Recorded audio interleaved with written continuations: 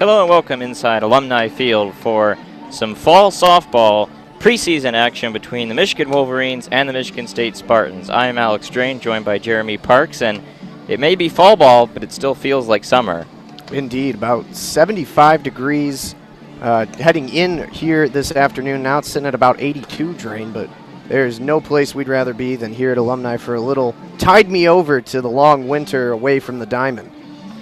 The Michigan Wolverines have returned valiant from Traverse City, Michigan. They played 4 games up in Traverse City over the weekend, faced Central Michigan and Western Michigan on Saturday, and then Detroit Mercy and Western Michigan again on Sunday. They won all 4 of those contests by scores of 4-0, 7-0, 3-0, and 7-3, allowing just 3 runs in that little mini tournament. But now they're back home for a home preseason action against the rival MSU Spartans. Should be the Spartans' first action of the fall. Not participants up in Traverse City, but they are here in Ann Arbor tonight. Drain, want to run them through the lineup there. Yeah, Michigan, pretty similar lineup to what we saw last season, but a new face will be leading off in Lexi Blair, followed by Natalie Peters, Faith Canfield, Lou Allen, Madison Uden, Katie Alexander, Taylor Bump, Natalia Rodriguez, and Thais Gonzalez. Bump is the designated player. Blair will be in left field, Thais Gonzalez in right field. The infield same as it was a year ago, except with Allen at first instead of the departed and graduated Tara Blanco. The big name, though, Alex Storako, is the starting pitcher today. She is a freshman right-handed pitcher, taking the circle against the Michigan State Spartans, who will have Ebony Eccles, a familiar face for Michigan softball fans, leading off for MSU. And the first pitch from Storako is a swing and a miss by Eccles. Alex Storako, true freshman out of Frankfort, Illinois. A Max Preps All-American first-team selection last season to close out her senior campaign at Lincoln Way East High School. And the second delivery to Eccles is another swing and a miss. Pair of high heaters, and both waves and misses by Eccles. Eccles will be followed by Katie Laird, the shortstop. She is on deck. And then Carla Eccles, the sister of Ebony, will bat third here in the top of the first. That pitch floats a little high. 3 pitches up in the top of the zone here to start for Storako. Feeling around that upper end. We'll see on a 2-1 here, or 1-2 I should say. She decides to go low. The 1-2 pitch is a little outside. It's a solid crowd on a day that was free admission to the ballpark. A little sparse out in the outfield, but we have Blasty the Stormtrooper out there. But the infield seats all pretty filled for our exhibition game. The 2-2 swing and a miss. And down goes Eccles. And a nice strikeout to start the first outing here in the circle at Alumni for Alex Storako. Game time temperature here now is crept up to the low 80s, just about 81 degrees. It is a little humid out here, expecting some rain later tonight. So some of that moisture still sitting high above the heads of these players. So here's Katie Ladd, and she takes a strike on the outside part of the plate. Ladd is a sophomore, listed as a second base utility player. She plays shortstop, which is where she played a fair bit last season. So she faced Michigan a handful of times last year, but obviously has not yet seen Storako. The 0-1 floats high. Storako really liking the upper half here at the start of her appearance. And she's working into that battery selection today. The 1-1 pitch is in the dirt, trapped well by the catcher today, Katie Alexander, usual starting catcher for the Michigan Wolverines, entering her senior season. Alexander, so important defensively behind the plate for the Wolverines last season, a real orchestrator. 2-1 pitch coming, and swing and a miss there by Katie Ladd, and the count evens at 2-2. And a game to work out some kinks here, see some new faces, and really get your first experience to settle into a live game setting, especially for the Spartans here in their first action. 2-2 pitch coming from Storako is swung on and popped up. Arcing foul is just out of the reach of Lou Allen. As we mentioned, Allen is the first baseman today. She played there a little bit last season, later in the year once her knee got a little better, but you could sense it was never quite 100%. And obviously Tara Blanco held that spot on days where she was not the pitcher. The 2-2 coming is a foul right back to the screen. Lou Allen rocking the regular glasses. You wonder if she might think about investing in some of those transitions there, Drain. The indoor-outdoor combo. Has the visor, though, to cover up the sun out of her eyes there at first base. It's pretty sunny today. Ready the 5 o'clock hour. The 2-2 pitch, another swing and a miss on another high fastball, and Storako has a pair of Ks to start off the day. The most annoying text in the world, KK, the best start to the day here for Alex Storako. So now we have Carla Eccles up to the plate. As we mentioned, she is the sister of the leadoff hitter, Ebony Eccles. The first pitch is off speed for a strike. The Eccles sisters are separated by 3 years as Ebony enters her senior season. Carla is just a freshman. Ebony stands 5'4", Carla 5'5", both from Noonan, Georgia, attending Northgate High School. The 0-1 pitch is fouled back to the screen. Ebony is a speedy player, a stolen base type outfielder, whereas Carla will be catching today, so a little bit different approach, a little more powerful swing from the younger sister. The 0-2, and that one is lined into right field, a base hit.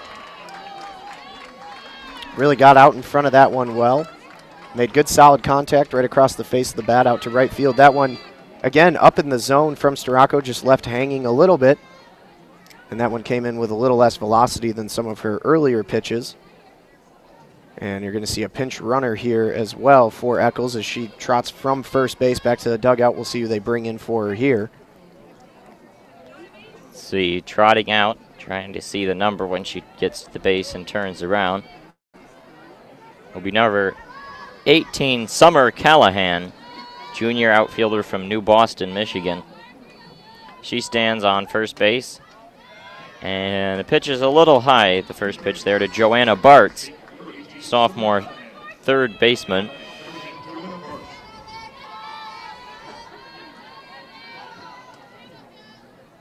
The 1-0 coming to Bartz is off speed and pulling the string beautifully there with Storako to get that swing and a miss, and the count is 1-1. Yeah, and you could tell that the swing there was expecting something a little bit faster. Is started off speedy and then held up about halfway through the swing, makes for an uncomfortable look there on a swinging strike. The 1-1 pitch is outside, so now the count goes to 2-1. Bartz is a taller player, 5'8", batting cleanup today. And now we'll get a time as Alexander will go out, do a quick chat with Storako. That'll be a big role for Katie Alexander this year. Again, like we mentioned, very important defensively behind the plate last season for Michigan, but now stepping in as one of those senior leaders. Again, every year at the start of the year seems to be the narrative that we like to bring up, talking about who will be the leadership on this Wolverines team here. The 2-1 pitch is a strike.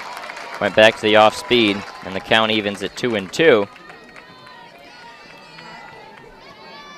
What a beautiful night for the first look at Team 42. This may be the last 70-plus degree day, or at least 75-degree day of the year in Michigan, and if it is, couldn't have come at a better time. The 2-2 pitch is a swing and a miss. So, a single given up to the number 3 hitter, but K's sandwiched around that, and no harm done. Not a bad first half inning of work there for Storako. Not at all. It'll be interesting to see the role she plays. That's kind of the question we're contemplating with all these freshmen is where do they slot in? Obviously, last year's team wasn't super senior heavy. Tara Blanco was obviously the big name, but besides her, a lot of this Michigan team does return. Peters, Canfield, Allen was becoming an everyday player by the end of the year. Uden, Alexander, Natalia Rodriguez. So there's really only a couple spots, that being Aiden Falk and Tara Blanco, so seeing who steps up into those spots. And it might be a bit of an in-between year because, again, you're going to see a much larger class of seniors with a lot more action combined between the lot of them leaving the program after this year. So perhaps one of those transition years for that senior class to kind of bring up this young freshman crop.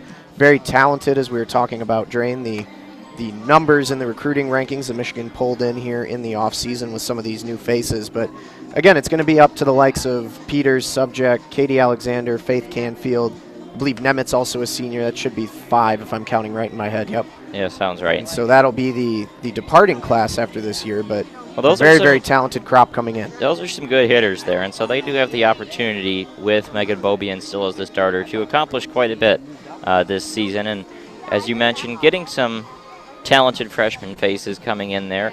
In particular, 3 of the top 30 players, 3 of the top 28 players in particular came to Michigan. Morgan Overitis, who is not starting today, as well as Lexi Blair, who, as we get back to the action, will be leading off today. And as Hutch heads over to her perch on the third base side, stops and has a nice word with head coach of the Spartans, Jackie Joseph. He's going to shake hands with all the assistants as well. Jackie Joseph entering her 24th season with the Spartans, the head coach since '94. Hannah Carson, the other freshman in that top 28. But here's Blair, and she takes a strike. Lexi Blair, interesting quirk today. She will be wearing number 3 when the season gets started, so expect that to be her number. But for today's contest, she is dressed in number 19. I'm not sure if they just couldn't get the number 3 jersey ready or sort of what the story is with that. But the 0-1 pitch, and that one is fouled down off her leg and goes forward, I think. But it'll be scooped up and an easy play there for the first out. Pitching for the Spartans is Allie Walker. So we mentioned Michigan replacing some faces. The Spartans as well. They lose in particular their workhorse ace, Christina Zalewski. A face that Michigan saw knock them out in the opening round of the Big Ten tournament in Madison, Wisconsin last season. Michigan will not be disappointed about having to not see her anymore. That pitch dives outside on Natalie Peters. It was probably the most miserable game you and I have ever worked together, Drain. That it was about 35 degrees and raining, and we didn't have any cover right behind home plate in Madison. Yeah, that was not fun. That pitch fouled off by Peters. The starter for the Spartans is a sophomore, Allie Walker. As we mentioned, she's actually very tall, 6 feet exactly, from Wisconsin Dells, Wisconsin. The tallest player in the field for the Spartans by a good margin, just by the eyeball test here. And that one is fouled down the left field line, arcing, and it bounces off the screen. So the count now on Peters goes to 1-2. Walker is actually a transfer from Madison College, where she played her freshman season. She was very good against the teams she competed there and decided to move on up to D1 play at Michigan State. The 1-2 on Peters, swung on a drive into center field, back to the track, and it's going to be just missed by Eccles. Now rounding second and going to stay there is Peters, and she has a 1-out double. Well, it looked like that one was going to hang up in time for Eccles to make the play as she went back to the warning track and just unable to get the glove to it. She's got a lot of speed in center field, but Peters putting it right in that left center gap. And it'll bounce up off the wall for a 1-out double, and a little offense moving for the Wolverines as Peters runs back, hands the elbow guard to Bonnie Thole, who is in her usual position over on the first base side. So that brings up Faith Canfield, who is one of those senior leaders we mentioned, standing in the right-handed batter's box as she gets her first look at Allie Walker, who gets ready to deliver, and the pitch is a ball a little inside.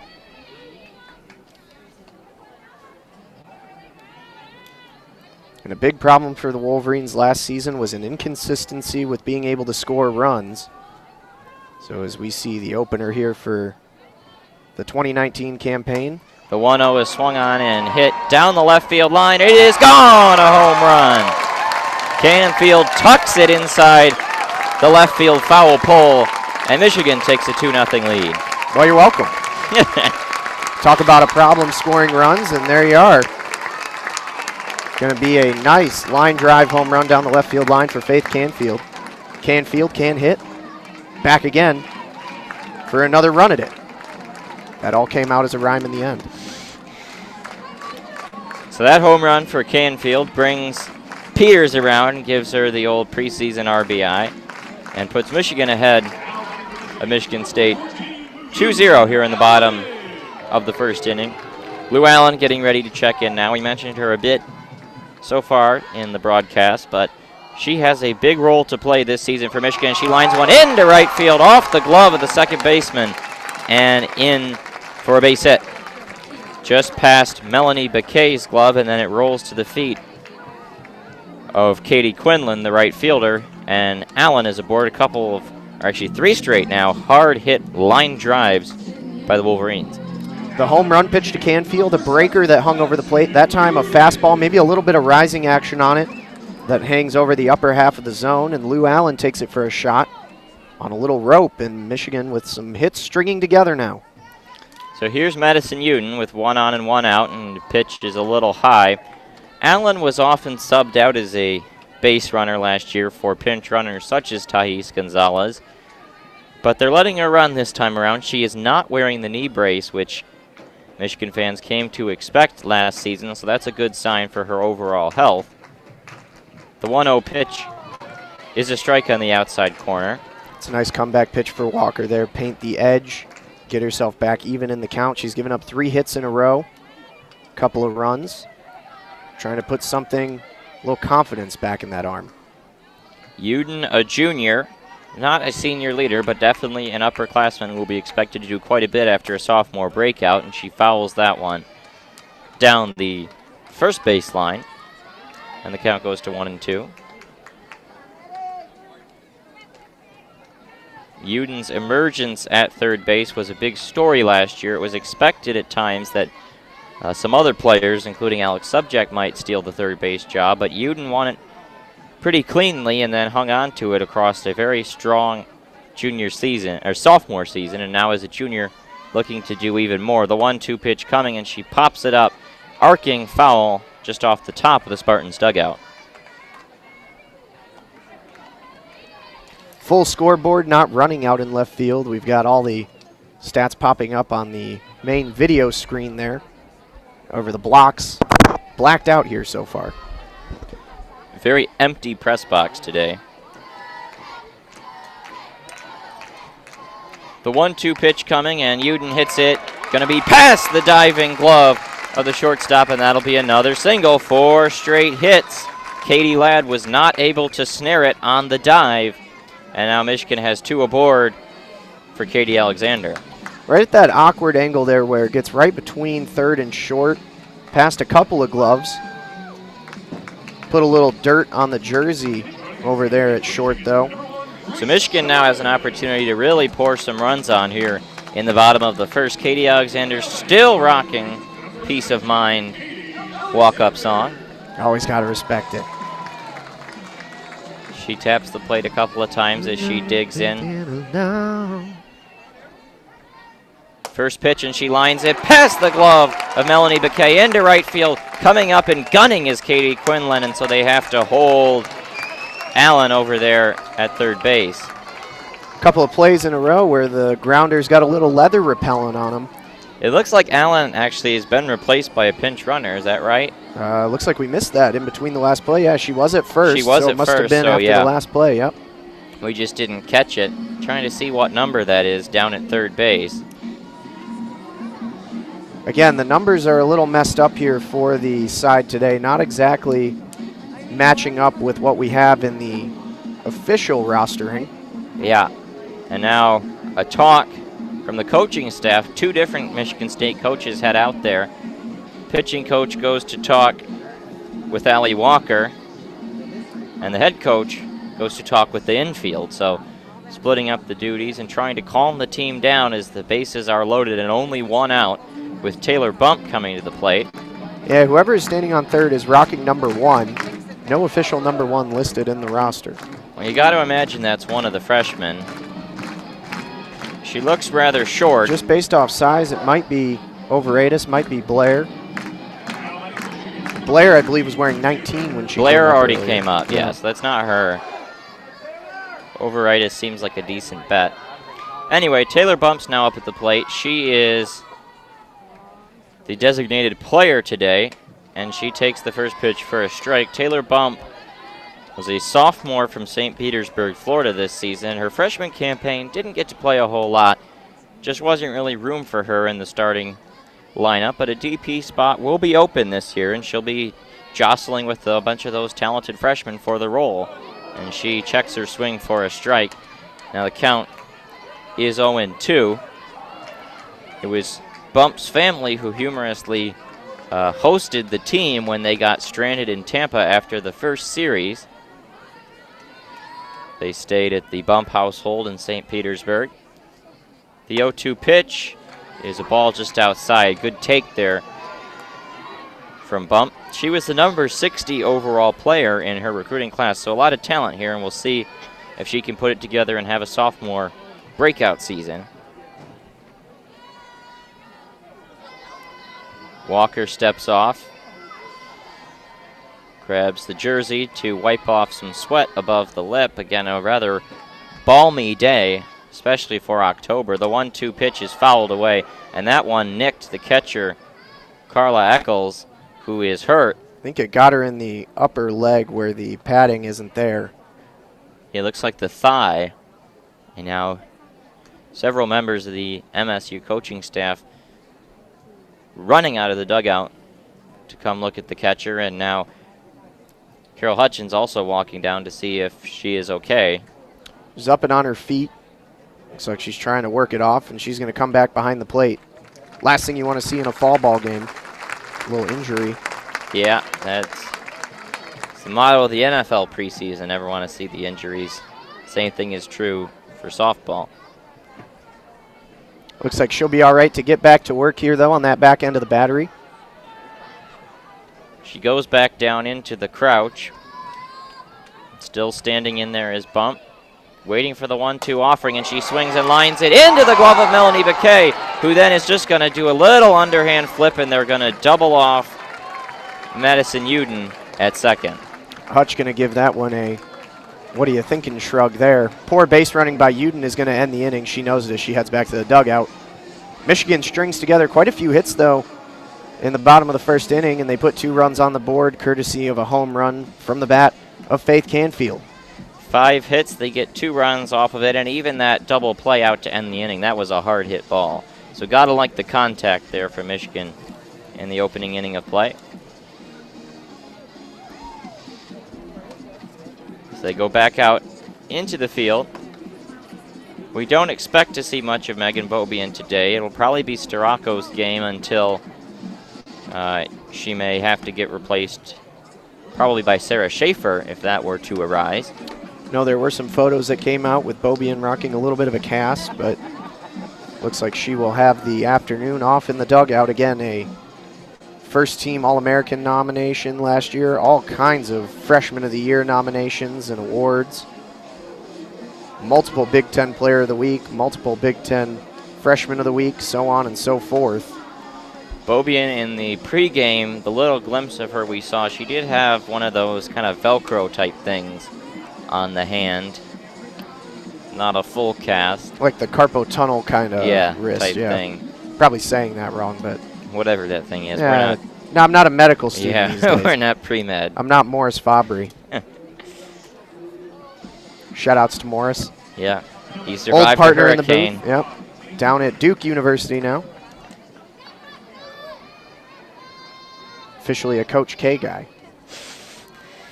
So as we get the top of the second started, it'll be Lainey Joyner, the designated player today for the Spartans.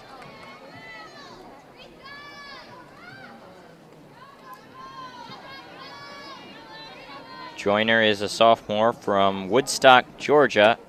The 0-1 is high. Continuing the pattern of the high heat is Starako.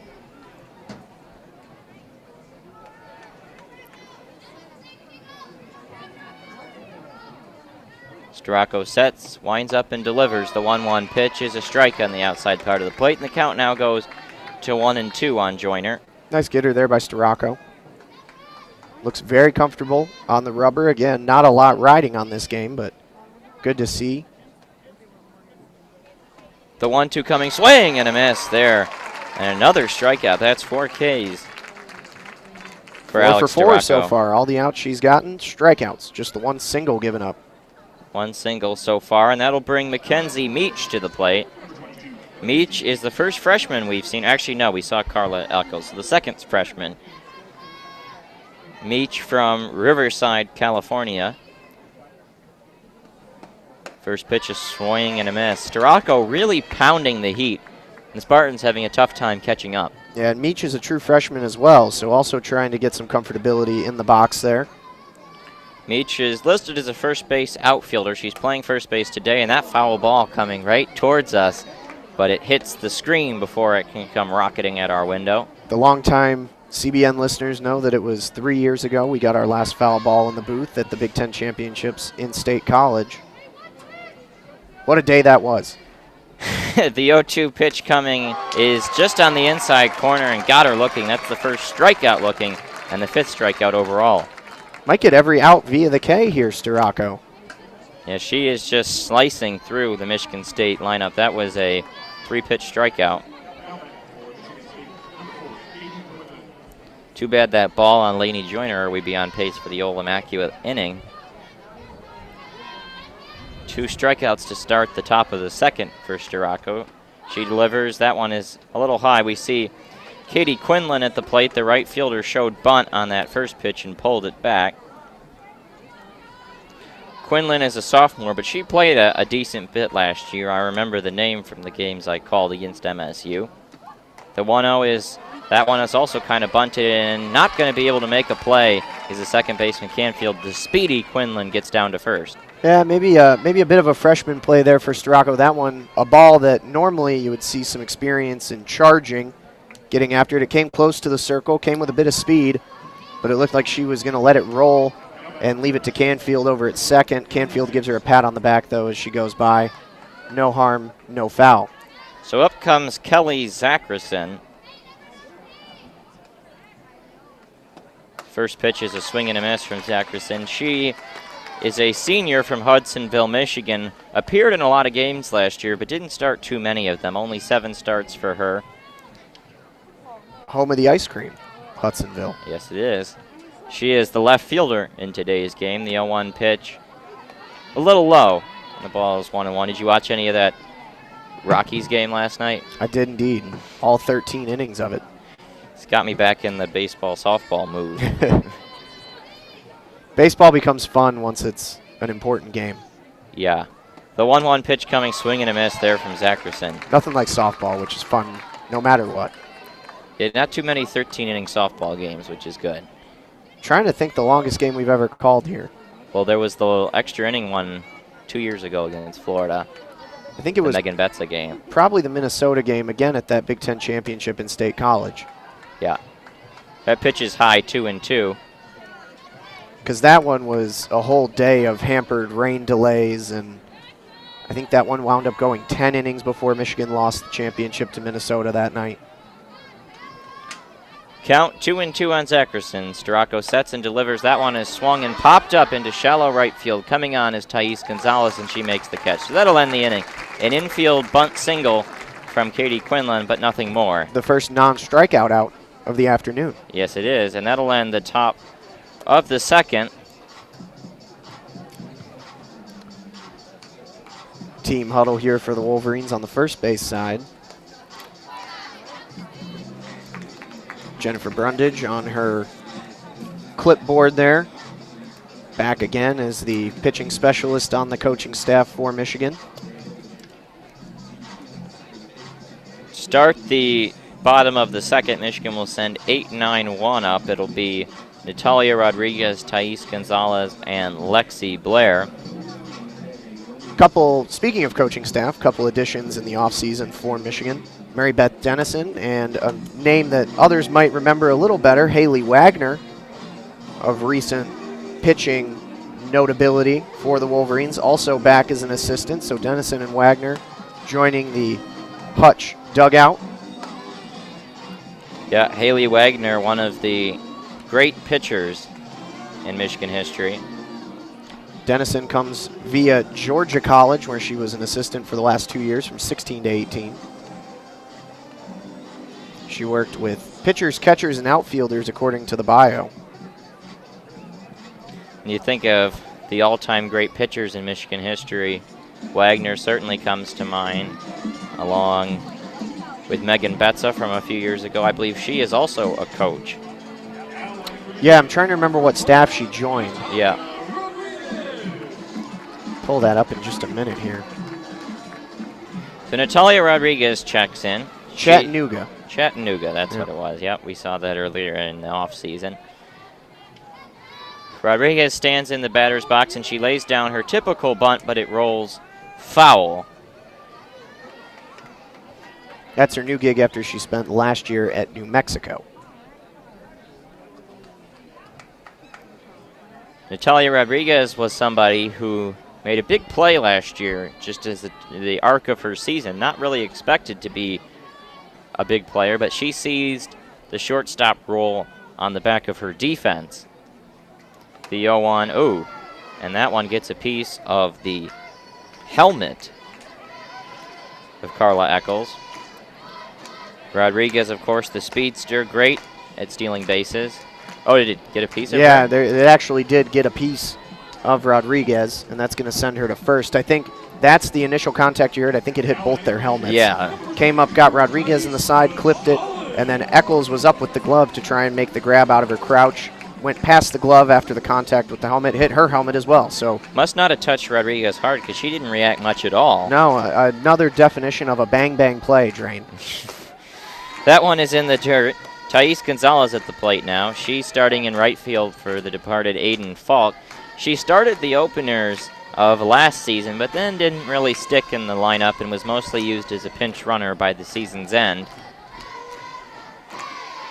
So you hear the chants in the background from the Wolverines, and now a ground ball to second. McKay's got to play. She doesn't have an opportunity to tag Rodriguez. Instead, we'll just get the easy out of Gonzalez at first. Yeah, I tried to make a stab on that one, didn't get perfect approach to it, and then had to make a second grab out of the dirt and the toss over to first, so that'll allow Rodriguez to get to second. Another runner in scoring position for the Wolverines here with a 2-0 lead. So Lexi Blair now is back up. She feebly grounded out for the first out in the top of the first. She takes the ball down and away. Coming in on the line for the Spartans is the third baseman, Joanna Bartz, watching for a possible bunt. Blair, a speedy player along the lines of Gonzalez and Rodriguez and Natalie Peters. The 1-0 is high.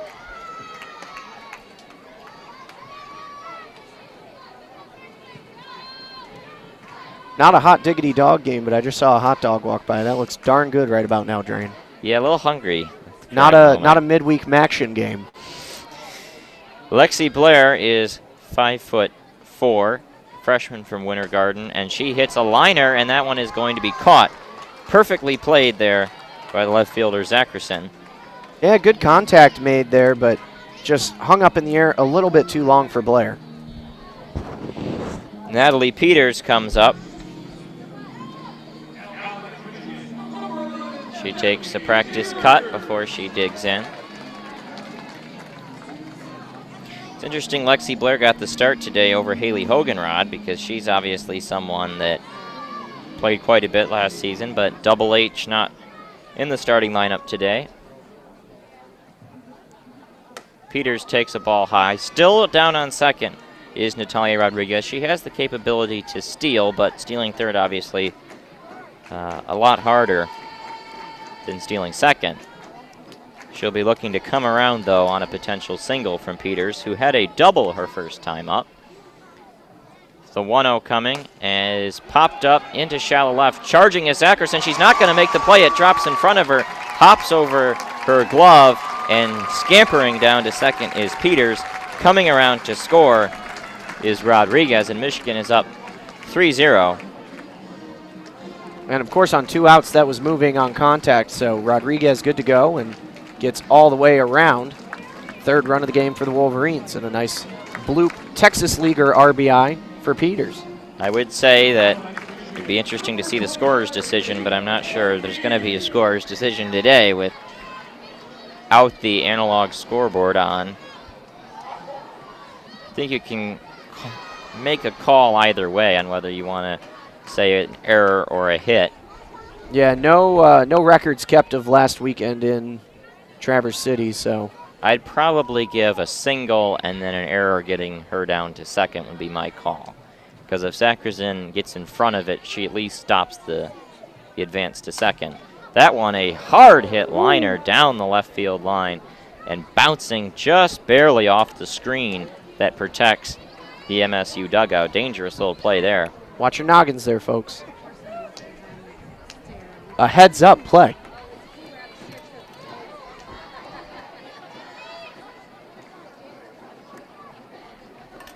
Taking some time to check the wristband here. Walker steps back on and delivers the 1-1. That's a grounder to first, and that one bounces first off the glove of the first baseman, then under Biquet at second. That's going to be a single for Faith Canfield, and it's going to bring another run around, and Michigan leads 4-0. And Biquet also very uncomfortable after that play. Looks like maybe her foot, ankle. As you said, it was a grounder that bounced up off the glove originally of Meach. Meach at first base, and then it redirected and then kind of went under the belly of Biquet at second. She's walking gingerly like she might have rolled her ankle or landed funny there, but she's kind of slowly walking in a semicircle around second base. The MSU trainer has gone out there to see if everything's all right. So Michigan now has 2 in the first and 2 here in the second. Canfield stands on first with 2 outs. And Biquet's going to stay in. It looked like for a second she might be walking back to the dugout with her glove off, but she's going to head back to second base. Warrior mentality. So digging in is the first baseman, Lou Allen, who had a confident single her first time up, was not able to score, or rather her pinch runner was not able to score though. And she takes the first pitch high and tight for ball 1 from Allie Walker. As again, Michigan leads 4-0 in the bottom of the second.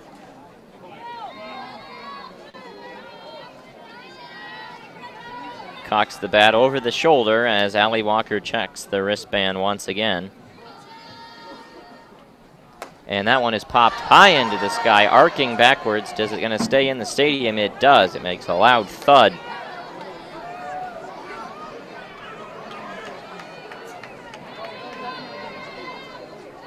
And that foul ball notches the count to 1-1 as Allen checks out.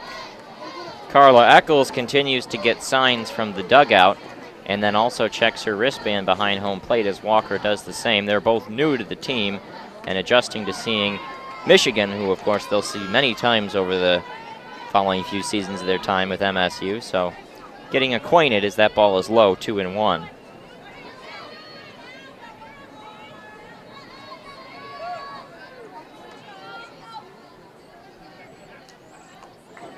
Checking the wristband again, Walker. She continues to really rely on that to see how they're going to attack Allen as she takes another vicious hack, fouls it back. It hits a post or something.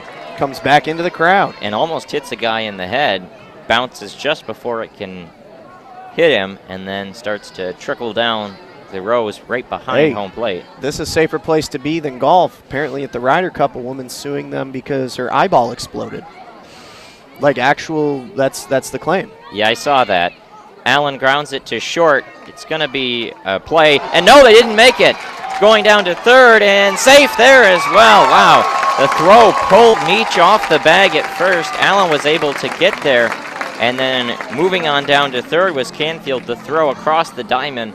She's safe there as well. So Michigan has runners on the corners and 2 outs in the bottom of the second. Now you saw bad base running by Uden to end the last half inning. Or to end the last inning. And there, that is excellent heads-up base running to take off from second. The minute you realize that that throw into first is going to pull it off the bag. And there you go. And a nice slide into third. Safe, and Hutch likes it. Hutch really likes it. Yeah, Allen, one of the slowest base runners on the team. There was going to be time to make that play if Katie Ladd had really taken the time, but she hurried a bit, and the throw was just a tad high. It pulled Meach off the bag, and then Meach came up firing to third. Joanna Bartz's tag not in time on Canfield. So the inning keeps going. Michigan with runners on the corners, 2 outs, up 4-0. A chance to extend that lead as Mambo number 5 plays over the PA. What's this guy's name? Lou Bega, I think Bega, it was? yes. Yeah. I once took a Sporkle quiz, named the girls in Mambo number 5, 100%. Are they notable? Well, no, you know, it's like Angela, Tina, Oh, Pamela. You know, name all the, yeah. I thought you meant like in the music video. No. The people playing them. No, just the physical names. But yeah, I aced that sounds like a you accomplishment. That one popped on the first pitch, high into the sky. Coming on is Eccles. She dives and makes the catch. So Michigan strands a couple, but they get 2 more in this inning. And we head to the top of the third. Our score, Michigan 4, Michigan State 0. I think Eccles might have lost that one in the sun for a second. Made an easy play look very flashy with that nice diving grab. Yep. But a reminder to everybody tuning in, thanks for joining us here on a nice sunny and balmy Wednesday evening here in Ann Arbor. Feel free to hit the subscribe button on youtube.com/WCBN Sports to get all your Michigan softball games, as we will start on the road, presumably in Tampa in February, as always. And then moving forward throughout the season, we always appreciate the support. You get us where we need to be, and no place we'd rather be than home today. Also feel free to follow us on Twitter at WCBN Sports. Shoot us any questions you have. You can also use the live chat in YouTube. Yes. We just went back over the 1,000 follower mark on our Twitter account. We were there back in March Madness when we had a lot going on, but then over the summer, everyone went home. Not too much going on our Twitter, and we went back down to, I think, 993. We picked up the 7 to get us back over this 1K mark. It's a good follower to following ratio. You always want to maintain that quality social media. You don't want to follow too many people and not have enough follow you back, because then you're just a weirdo on social media. Yes. So WCBN officially not a weirdo account anymore. Long time on the bench for the Wolverines again in that half inning, so Starocco is going to have a time to come out after some rest. She finishes her last warm-up pitch, the throw down to second, a quick conference in the circle. So Starocco goes back out there. She has been dazzlingly good so far. 5 strikeouts, 2 singles, one of them an infield hit and the other one not too hard contact either. She's been very strong so far, and that pitch goes high to Melanie Baquet, the only hitter in the lineup who is yet to face Starocco. Looks like she's planting all right on those legs there, Baquet, after appearing a little injured on one of those hits for the Wolverines the last half inning. That pitch dives outside. Starocco now at 2-0. First time, I think, that she's gone to 2-0, maybe even the first time she's gone to 2 balls. Has been throwing a lot of strikes here today, pounding the zone with the fastball and then occasionally pulling the string on the off-speed. The 2-0 coming, that one's off-speed, and Baquet grounds it softly to second. Quick play and a flip from Canfield to Allen, and they get the first out of the inning. Yeah, Baquet was just fine down that line. Looks to be A-OK. Now bring up Ebony Eccles back to the top. Eccles struck out her first time, surprise, surprise. And Ladd after her. A lot of Spartans with the K next to their name from the first time through. She fouls that pitch to the screen.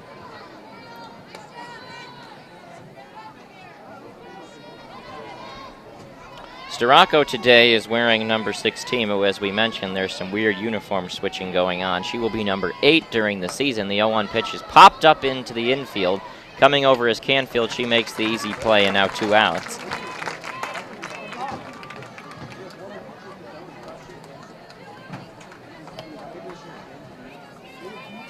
Michigan continuing to roll quickly here. Going to be back to the plate in a matter of no time. Yeah, game speeding along right now. Looks like up at the top of Section 5 there, Drain, you see another WCBN Sports longtime supporter, Griffin Hickman. Looks like he came right from work.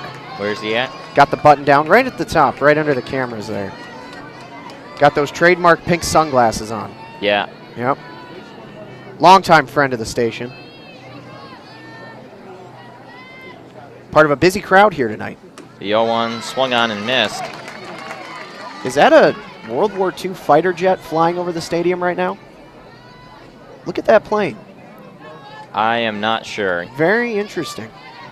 The count now is 0-2. And the pitch is fouled away.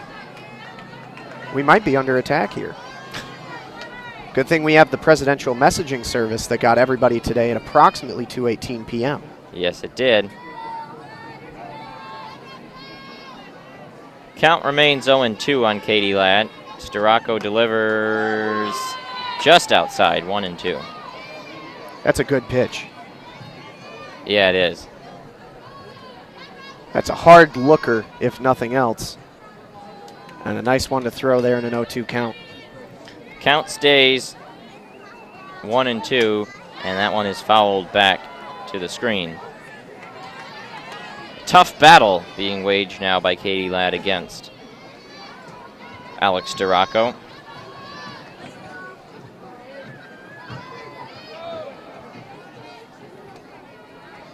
Storako sets the windup and she delivers. That one also fouled away. Ladd continues to get her swings in. Yep. Came back inside that time. Maybe see if she goes back to that same pitch that she threw on the 0-2.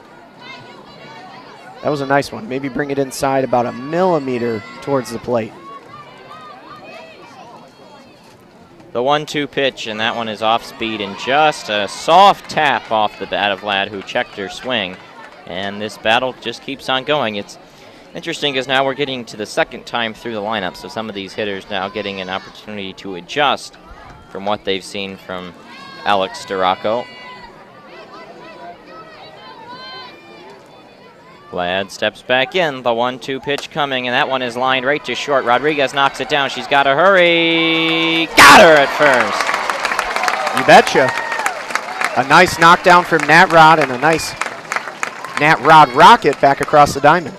Allen makes the stretch to get the ball, and a 1-2-3 inning, the first 1-2-3 inning of the contest for Storako.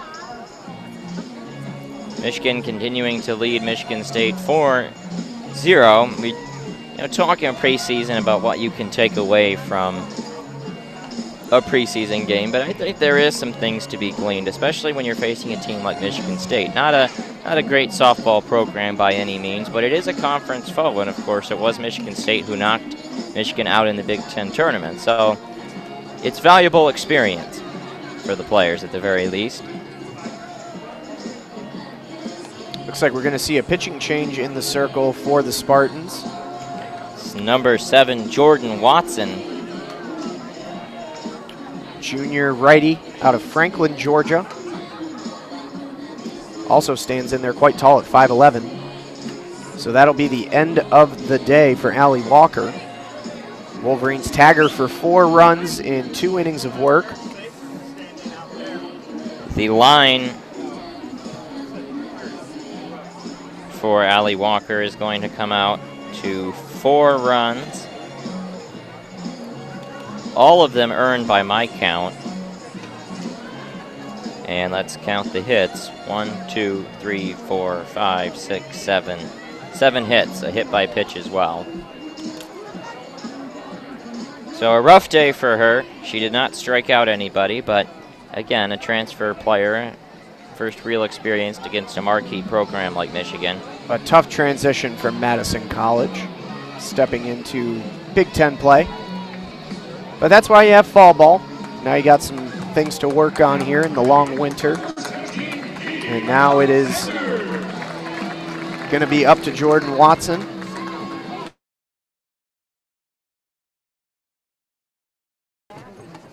That first pitch is way high, and it goes off the glove of Alexander. A change behind the plate as well. Yep. Carla Eccles on the bench, and Katie Ladd moving over from short to behind the plate. Which means we have a new shortstop trying to tell the number. I believe it looked like that was Katie Ladd behind the plate. Might actually be Joanna Bartz. Trying to tell here. Looks yeah, like that's 11. what it is. It's Joanna Bartz, I think. Well, because Bartz is not down at third. Lainey Joyner is now down at third. That one is grounded right to short. A hard hop right off the glove, and Alexander will scamper on down to first. Yeah, and that is Katie Ladd at short. So nix what I said there earlier. So it must be Joanna Bartz behind the plate now for the Spartans. And then Lainey Joyner over at third.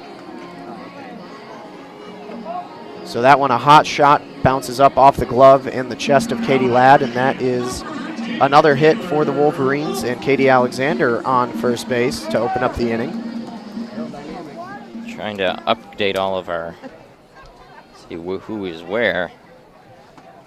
There's a strike on the outside part of the plate to Taylor Bump, who hit a hard ball right back up the middle, and it was gloved by the second baseman McKay, who then made the double play to end that inning. Tough luck for Bumper, first time up. That pitch dives a little low for a ball, 1-1. I think I see Griffin taking notes up there in section 5. Looks like he's got the pad. Looks like Jennifer Brundage over there. Got the pad and pencil. Always a devoted listener. There's a strike. Nice looping breaking ball there from Watson.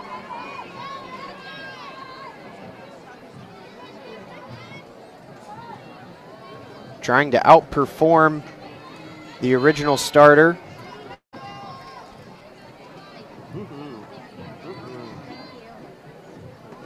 The 1-2 pitch is a little high, and the count now runs to 2-2. Up at the letters and in, trying to get a jam in on a chase there maybe.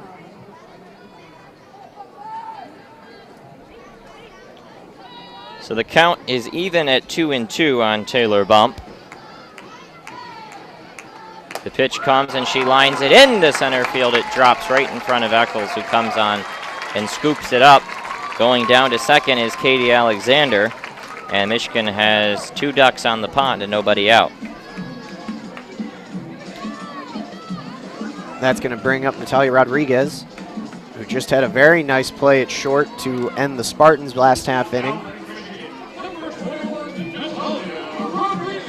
Rodriguez digs in and looks and sets the bunt. It is laid down perfectly. The throw over to first does get her there, but it advances the runners over. Watson makes that play. Still a close play at first. Rodriguez with a lot of speed down the first base line, just not in time, but now advances 2 runners in scoring position. And we have a pinch hitter, Haley Hoganrod, with runners on second and third and 1 out. She stands in the right-handed batter's box and takes the ball low. As we mentioned earlier, Hoganrod was one of the really pleasant surprises. She started 51 of 56 games last year, hit close to 300. Yeah, she emerged right after those early series and proved to be someone who had power on a team that really didn't have a lot of power, and she pops that one up into the glove of Bakay, who backpedals to make a nice little grab, and now 2 outs in the inning. Yeah, Bakay was playing in very shallow there, and had she been another step or 2 in, that one might have gotten beyond her glove, but now Michigan goes from 2 on and no outs to 2 on and 2 outs. We'll see if Lexi Blair can be the one that brings the runs home.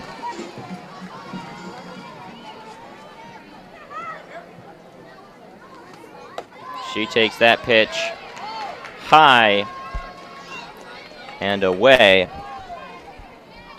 Count 1-0 on her. She has a ground out pitcher to first and then a line out to left field. Much better swing her last time up. We'll see what she can do here, if she can bring the runs around. The 1-2 pitch is low and in the dirt, and Watson has fallen behind 2-0. See if Blair does indeed get something to hit, as you may expect in a 2-0 count.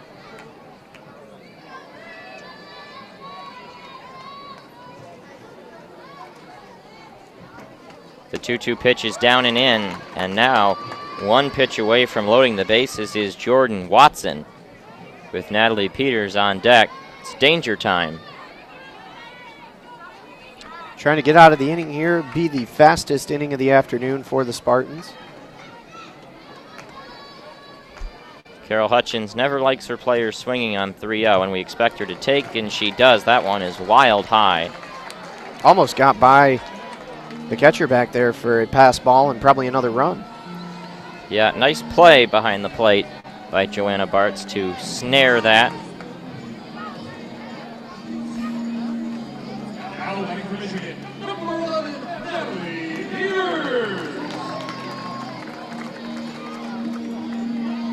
So Peters digs in now with the bases loaded and 2 outs, a chance to bring some runs home. She lines it into right field, a base hit. 1 run scores. They're waving around. Throw is cut off, and sliding in safe is Taylor Bump. 2-run score, and Michigan takes a 6-0 lead. Just a nice line shot, sat out over the plate. 2 more runs for the Wolverines in what could have been the first inning of the afternoon that the Spartans kept the Wolverines off the board. Michigan now has 2 more on. 6-0 overall here now through, not even quite through. 2 outs here in the bottom of the 3rd, I should say. So Michigan leads MSU 6-0. I assume we're playing with mercy rules because, of course, 7 is the magic number.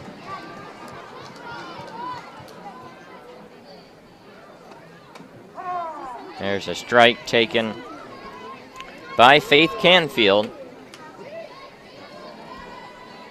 Peters down there at first, Blair on second. Both have the capabilities to run if you wanted to double. I doubt they do. The 1-2 pitch is swung and tapped right down the first base line. To hurry and not making the play. The ball gets away, and now a run scores in Blair. Getting down to first is Canfield. Watson attempted to make the play. That one got knuckled inside, put a lot of English on it, and then Watson running over to try and make the play was bobbling it. And so continuing to run headlong towards first base was Canfield. And she's going to be in there as she kind of knocks over. So Canfield stands at first. It was actually Gianna Carson. I didn't catch that. Based off the numbers there. Yep. Yeah. Again, switches all over the place here. Well, she's wearing 23 today, and Canfield, of course, is 25. So a true freshman from North Las Vegas. Carson. Carson actually is getting to wear her natural number.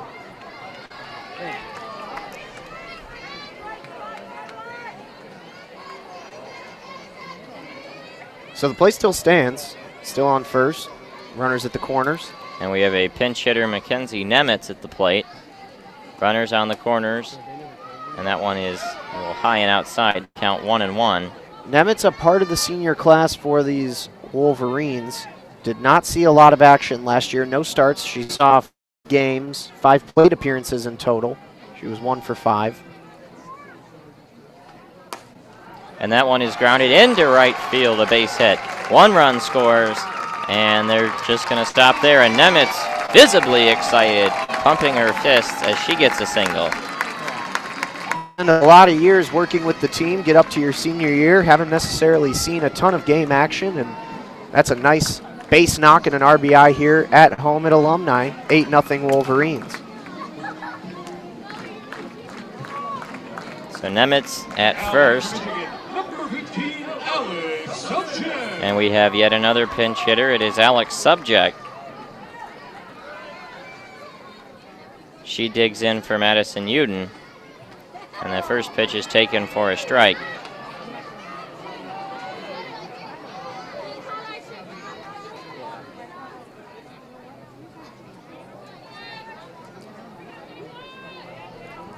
The count 0-1 on Subject.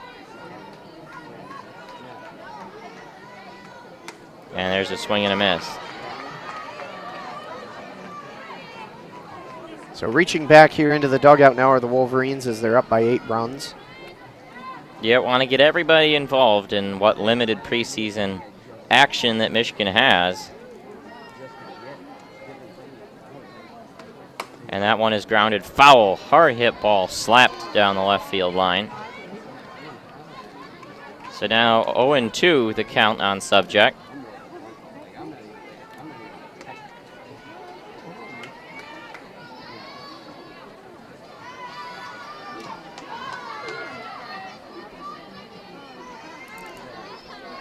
So at the count 0-2, Watson looks up into the sky and blocks the sun with her glove. Now she gets ready to deliver the 0-2 pitch, and they say that one just dips down and away. That's a good pitch there from Watson, though. Again, attacking a very similar area to what Storako was doing towards the end of the last half inning, trying to get that outside lower corner. The 1-2 pitch coming to Subject is in the dirt, bouncing off the plate. Edging off of second is Carsone, but staying there. Nemitz at first. This has been another long inning for Michigan.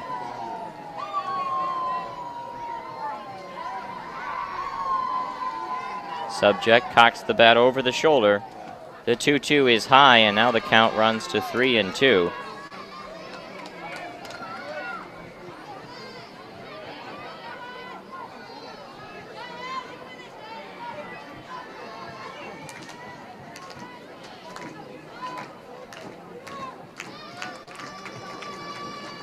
The 3-2 pitch coming, and it is fouled down the line. A long at bat now from Alex Subject. Wily veteran.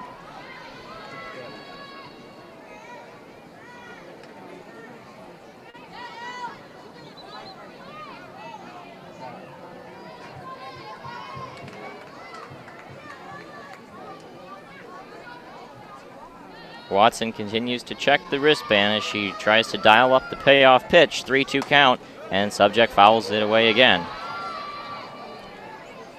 Little Bee Gees, as always, here, Drain. Staying alive. Yep. Just a long battle. American flag out in center field, blowing very gently from right to left field. The 3-2 once again. Ball four. A long hold there from the catcher, Bartz. But moving on down to first is Subject, and that will load the bases. Another pinch hitter. Replacing Katie Alexander is freshman catcher Hannah Carson. Maybe just a little bit high, maybe a little bit outside. That looked to be a very solid pitch, but that'll extend the inning, and it'll put ducks on the pond, load them full for the Wolverines here with 2 outs. That one is lined into the gap. It's going to get down and roll all the way to the wall. Carson smacks it. Rounding third and going to stop there is Subject, but 2 more runs score, and it is 10-0. Hard shot to right center field, all the way back to the wall, right by the 222 marker in dead center by the time it rested up on that blue tarp. And that'll bring 2 more around in double digits for the Wolverines, 10-0.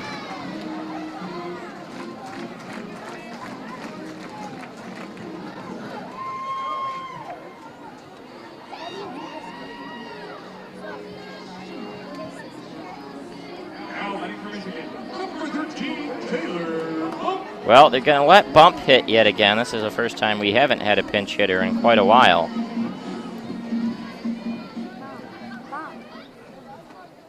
That ball is low. And remember, the interesting thing about this inning is how it started. It was 2 on and 2 outs. Looked like MSU was going to get out of it, and now hit after hit after hit. A walk sprinkled in there. Something that Michigan teams of old did a lot, but we haven't seen a lot of in recent couple of years. That one hit high and hard into left field at the wall and making the catch to end the inning. So MSU escapes, but not after giving up 6 more runs. Michigan leads 10-0 as we head to the 4th. You're listening to Michigan Softball on WCBN Sports.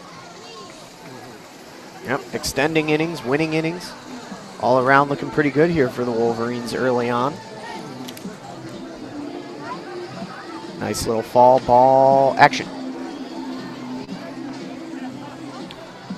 WCBN Sports will be back all weekend long with coverage across South Campus for all of your Wolverine sports needs. We'll have the Maryland home game for football on Saturday. We'll have some soccer coming up tomorrow night and again on Sunday, men's and women's. We'll have hockey home opener this weekend as well against Vermont. All those calls you can find on youtube.com/WCBN Sports and WCBNsports.org. A full conglomerate, I might say, Drain. Yeah. Kind of proud of what I've built. Now, it's in new hands. Grad student. No more the dictator. No longer dictator. So you'll be gone for the Maryland game, correct? Yeah, yep. Bought a new car yesterday. Got to go pick it up in Grand Rapids this weekend.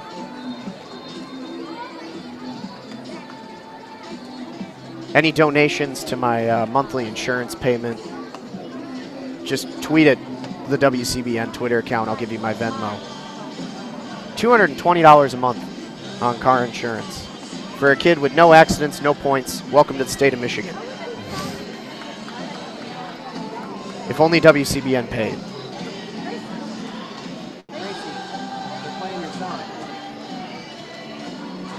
Little Bon Jovi. Despite not having media timeouts, the half inning's still moving fairly slowly here tonight. As we're about to be ready here again, Carla Eccles will be the leadoff.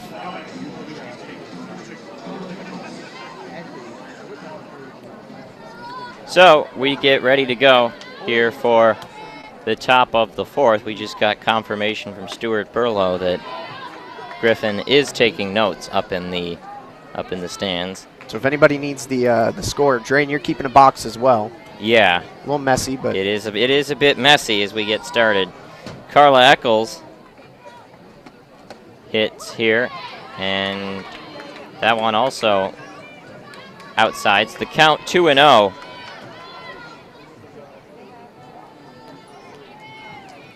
Storako back out there for another inning of action, and that is a strike.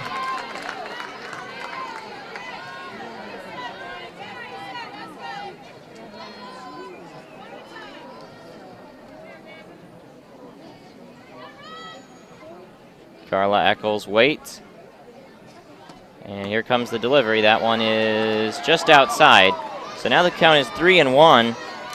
Storako has not walked anybody today, but now in danger of doing so with 3-1. I think this is also the first 3-ball count that we have seen. Storako delivers a strike there. 1 foot out of the batter's box was Eccles, but I like that draw on the. Yeah. Well, you gotta wait. Little teaser, a little meat on the bone there. Yeah, that was a late call there from the home plate That's how umpire. you play-by-play, my son. There is a grounder foul down the first base line. We don't have any information on who our umpires are today. They don't even know if they are umpires. They might just be people dressed as them. You never know. The calls have been good so far. The count is 3-2 on Carla Eccles. Sun continuing to be a bit of a factor, and now we've got time called as the new catcher, Carson, is going to go out there, and we get Jennifer Brundage out there. I believe time for meetings all around the diamond. The outfielders huddling together. With all those changes, your outfield is Blair, Peters, and Hoganrod left to right. Your infield, Subject. It was Rodriguez. I think we've got a new shortstop out there. Looks to be Morgan Overitis. So Subject, Overitis, Carsone, and also a new first baseman. Looks like Taylor Bumps moved over there. Yep. And that one is lined. It is going to get down into center field after a long at-bat. Carla Eccles with a gritty hit.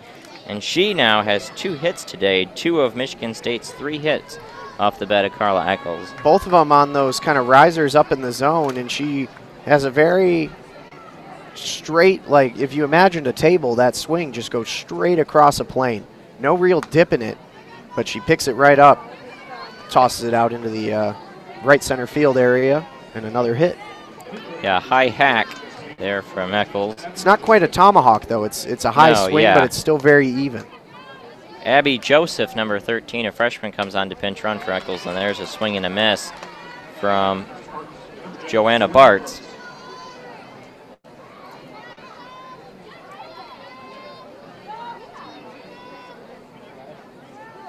The 0-1 pitch coming is a strike on the outside corner, and ahead now 0-2 is the hurler, Alex Storako.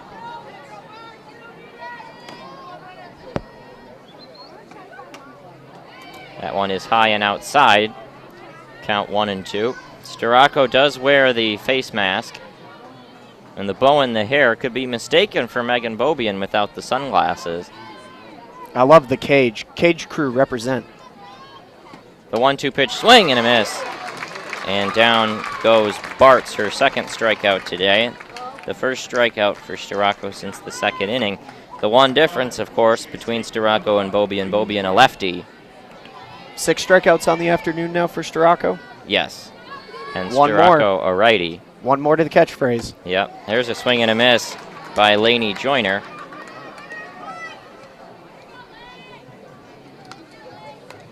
We've started to get some more fans out in the bleachers. It was pretty sparse when the game started, but now we've got a group. It looks like a team is out there.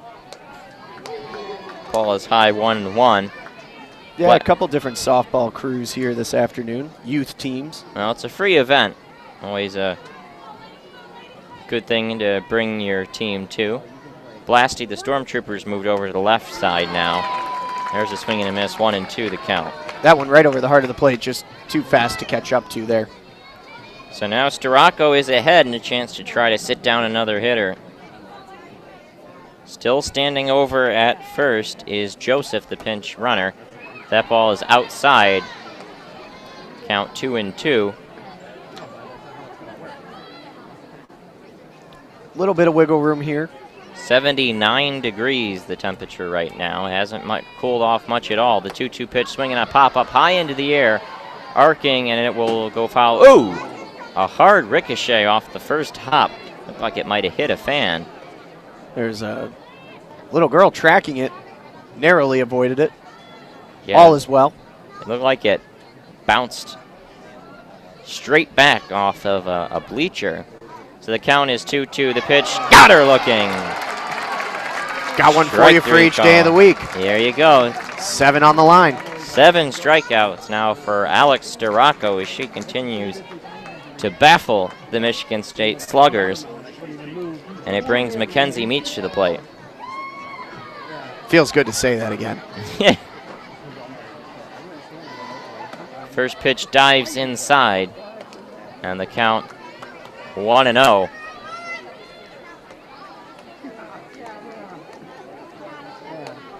Meach has a strikeout looking herself. That was her first appearance back in the second. She takes that one on the inside corner, tried to sell it, but up with the right hand goes the home plate umpire. Just paints that black on the inside. Quite pretty. Pastels. The count, I believe, is 1-1. It says 0-1 up on the screen. Now they've updated it there. That's a grounder right to second, and an easy play for Carasone. Bump makes the catch, and the inning is over. A 4-3 putout. We head to the bottom of the fourth. Our score, Michigan 10, Michigan State 0. You're listening to Michigan Softball on WCBN Sports. No East of the Rockies. Apologies to those who wanted a fall ball preview episode for the TC tournament than here, but we'll make up for it by bringing you the call today, and we'll apparently have one more as well. Added another fall ball. It says Detroit homer Mercy on here. On the 18th. We'll see if that materializes or if we get more details about that. Stay tuned, but it sounds like 2 weeks from tomorrow, you'll have us back on the stereo again. Also, if you ever just want to hear like me and Drain, anytime. It doesn't even have to be about softball. We'll record. Just remember that what we do for the fans. We are planning to record a hockey podcast after this. Yep. Any Michigan hockey fans currently on the broadcast, going to up the hockey coverage by a good margin this year. We've also got a football podcast out, which has been shared through our Twitter the last several weeks. Got a new episode coming out. Winged helmet. Wrangler. Wrangler? No, I want to say Wangler because Jared Wangler. That was a joke we made on the pod this past week. Yeah. Yeah. It's a bit of a tongue twister. Yeah, naming podcasts is harder than you may think. East of the Rockies is probably my proudest That's a brilliant name. There was just nothing for this. And finding the Talkin' Softball song. Yeah. Those are probably the 2 best things I've ever done. We kind of been just playing clips of recent highlights, from our calls as our intro on that podcast. Because there's a first strike taken, Make sure you use my second half touchdown call against Northwestern from Saturday this week. I was not at the game, so I didn't really look up to see what the good calls were. There's a bouncing ball to second, off the glove of the second baseman and into the outfield. I think that's a shift over at second base. Katie Ladd has now moved from short to second. She moved over. And it looks like over at short now might be Lainey Joyner. Yeah, she moves from third over, and now Carla Eccles is at third, who originally started at catcher. So going around the horn, we got Carla Eccles at third, Lainey Joyner at short, Katie Ladd over at second, and it looks like Bakay has moved over to first. That single, by the way, was Morgan Overitis, the freshman who relieved Natalia Rodriguez in the last half inning. There's a foul ball off the bat of Haley Hoganrod, who is, along with Natalie Peters, really the only regular starter from last year who is still in this game. Hoganrod, of course, though, did not start. She relieved Thais Gonzalez, not the other way around. Jordan Watson continues to throw for the Spartans. Standing over at first is Overitis. She takes off and then stops as the ball darts a little low, 1-0 on Hoganrod.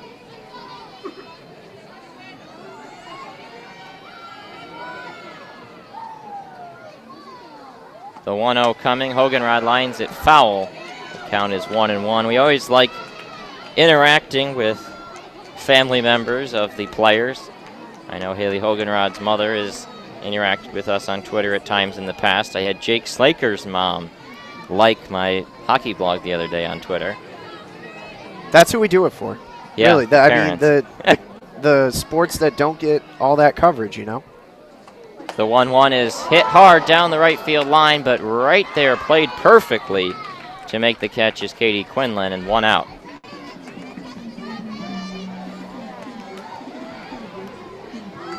Which will bring us back to the top of the order. Lexi Blair is, along with Bumpin' Peters, the only starters in this game who are still out there. And it looks like we're going to have another pitching change.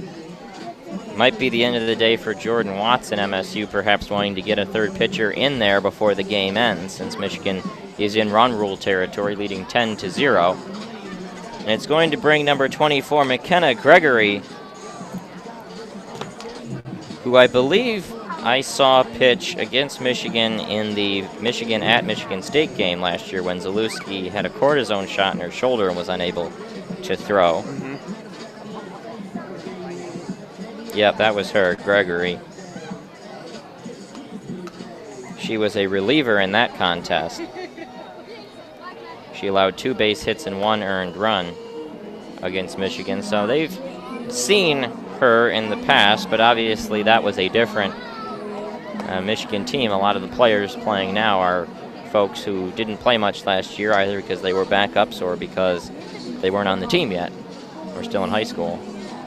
10-0 Wolverines. Looks like baseball practice across the way at Ray Fisher has wrapped up. They're going to have a fall ball game here on Sunday at, I believe, 1 o'clock against Lansing Community College.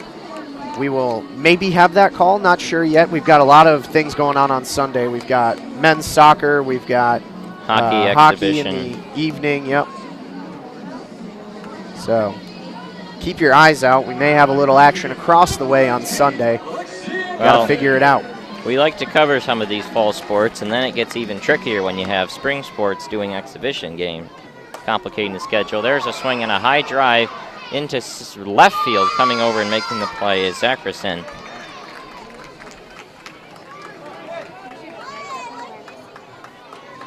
And Blair is retired. She's had some good hits today, but hasn't quite put it all together for a base hit. And now Grace Chelleman, who is going to wear number 2 during the season, is wearing number 1 today. She's a pinch hitter for Natalie Peters and takes a strike.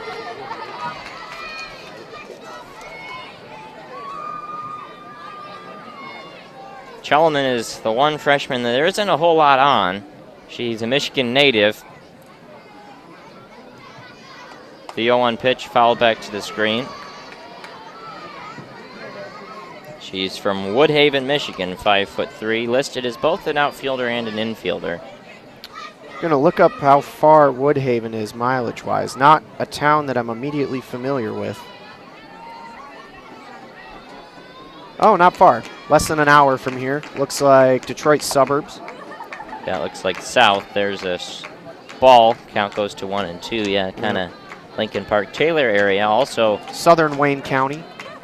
That's the Megan Bobian stomping grounds, just a little north of there. She's from the Monroe area. 1-2 pitch is down and in on Chelleman. I tell you that I saw Bobian at a Panera over the summer. No, that's quite exciting. Well, it wasn't really on campus. It was the one in the Colonnade on Eisenhower. But I recognized her. She wasn't wearing the sunglasses, but she had the backpack, and so it's always the dead giveaway. That one's in the dirt. 3 and 2 the count on Chelleman.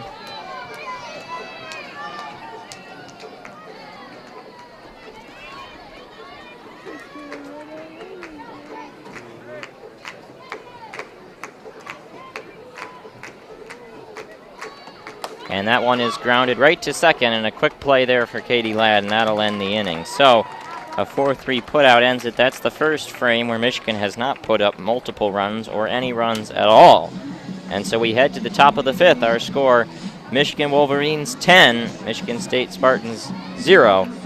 Well, if we are playing run rule for this and not the full 7 regardless, then this could be the final 3 outs for Michigan State. It is within run rule territory here. Up 10 after 4. And if it's 10 after 5, could be done a little early today. Well, these are the questions we'd normally ask the other folks in the press box, but today, just us. Hanging out. There is a PA announcer and a couple people working the video screens, but the normal gaggle of folks not here today. So we're going to play that one by ear, so keep in mind. Could be the last 3 outs, could not be. You know, we leave a little teaser there for you. We'll tell by if the players start leaving the field after the game. Right? Yeah. And if they do, who knows? We might just keep calling as if it's still going.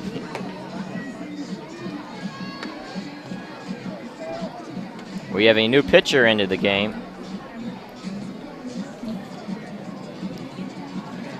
It appears to be Sarah Schaefer. Number 18, a sophomore from West Des Moines, Iowa. She saw some action at different points last season, was the number 3 behind Tara Blanco. She did throw, I believe, a perfect game. It was definitely a no-hitter, but I think it was also a perfect game in March in the Oxford tournament. Could tell you in just a minute here. I'll go back and get that stat line from that game. Yep, that was a perfect game. Perfect game. There you go. 8th in school history, 6 strikeouts against Robert Morris. That was a 5-inning run rule. And it was on her birthday, too. March 18th. Yep. There's the ball a little low. But Schaefer didn't play as much as the season went on. She was, again, firmly behind Blanco, even though she had her moments. And she demonstrated some attributes of the art of pitching as there's a ball tapped. It's going to be fair. Coming out to make the play and throw down to first is the catcher Carson, and that was actually I believe a pinch hitter. It was number 15 for the Spartans, Lexi White, pinch hitting for Quinlan. Yeah, going back to Schaefer's record, she pitched 62 1/3 last year and had a really good-looking ERA, 1.57, but was 2-3 in win-loss column. There's a grounder right back to the mound, snared by Schaefer. She has to make a quick play to get the speedy Courtney Callahan. Ooh. That is a Lamborghini seat right there. Some fine Italian leather. A very nice grab up above the head there by Schaefer. So that's a 1-3 putout, and there are quickly 2 outs in the inning. Sadly, the car just bought not a Lamborghini. Melanie Baquet shows bunt, pulls it back, and there's a strike on the outside corner. Now, we did get a prediction right today that Schaefer would be the one to relieve Storako. Final line for Storako is 7 strikeouts, 3 hits, Here's a ball fouled back to the screen. 4 innings, no runs. So a very, very fine day from Alex Duraco. The count is now 0-2 on Melanie Biquet. Grounded out to second her first time up. Cocks the bat over the left shoulder. Schaefer delivers. That one's in the dirt. It skips away from the catcher Carson, who relieved Katie Alexander in this one. Carson was the number 21 overall prospect. Overitis at short was the number 18 overall prospect. So a lot of highly touted freshmen in the field right now for the Wolverines. There's a pitch swung on and missed, and that will end the inning. Biquet is sat down. Michigan all come charging in. We'll see if the game is over or not. That was a strikeout swinging, and now the whole dugout is emptying, and they're having a group huddle. It looks like we might keep playing. Yep. Yeah, keep it moving. Keep going. Might as well. I mean, it doesn't count for anything, so yep. Why not continue to get some cuts in here?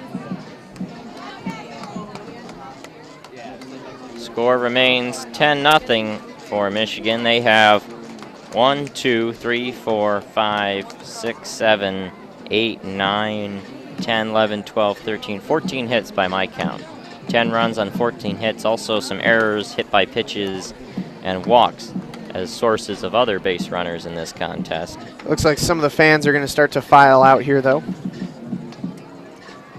So if that game were to have ended in regulation, rule, setting, something, I don't know, I was trying to think of how to phrase that. If it were a regular season game and would have ended in a 5-inning run rule, it would be 10-0. It is still 10-0. Wolverines have the opportunity to put some more runs on the board. Maybe a little payback for that first round loss in Madison back in May. A miserable night for me and Drain. Your poor little feet, you couldn't even get back to the car. Couldn't move your feet. They were so numb. Yeah, I sat down. When we got back to the hotel, I got in the tub, ran it so there was enough water to kind of lay down, but also had hot water coming down out of the shower faucet. Yep, warm your feet back up. A little ice cube. And you were in the bed eating the leftover chicken tenders. Chicken crispers from the ubiquitous Road Stop Chili's. There's a first pitch to Carsone. Is fouled back to the screen. Looking forward to getting back on the road in February down to Tampa. Hit the East Fowler Road Chili's. Becoming a bit of an institution on the WCBN Sports USF Invitational Road Trip.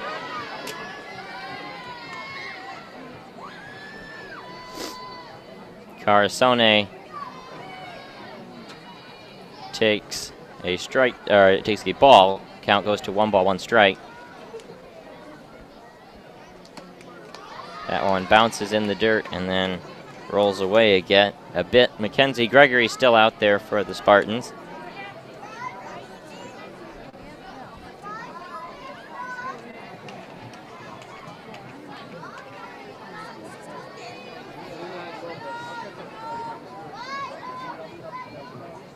Count 2-1, swinging a high pop up into the air. Calling for it is Ladd, who has moved over to second earlier in the contest, and she hauls it in. Looks like Nemitz is going to come back up to bat again here for the Wolverines. Nemitz pinch hit for Lou Allen.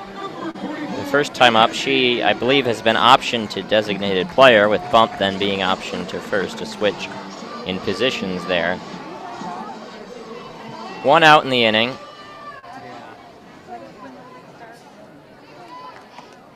That one swung on and hit high into the air. Coming on is Ebony Eccles. She'll make the play. So a couple of quick outs here in this inning, trying to keep this game moving along.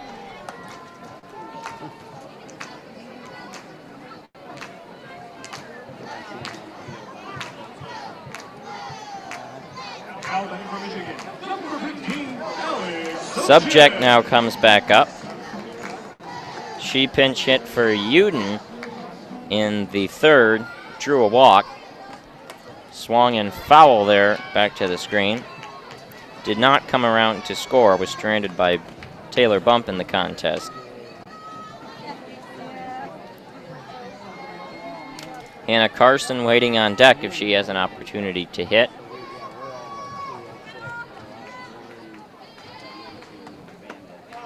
That one is down and away.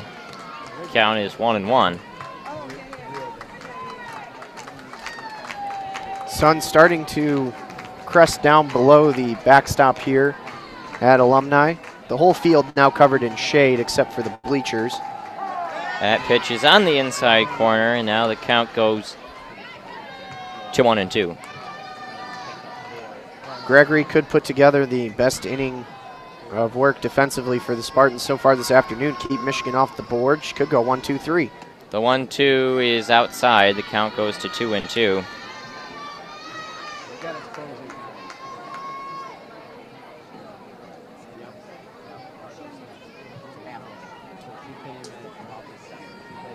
Checking the wristband there. Get the pitch.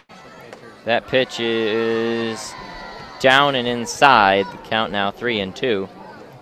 Also escaped out of the glove, back to the backstop there.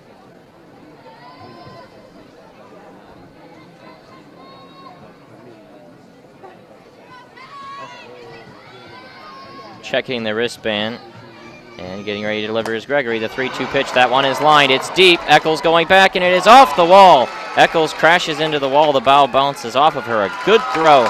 Gets it into second and manages to hold subject there.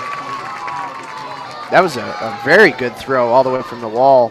Almost dead center there, and that's the second time in this game that Ebony Eccles has run into the wall. Previously on a Natalie Peters double that got back to the corner.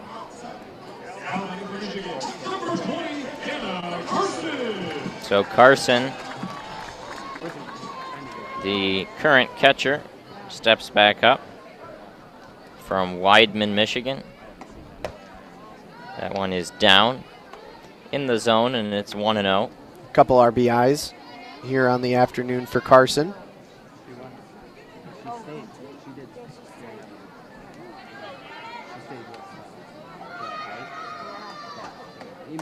That one is tapped right back to the mound. Gregory will make an easy play and throw over to first for the out.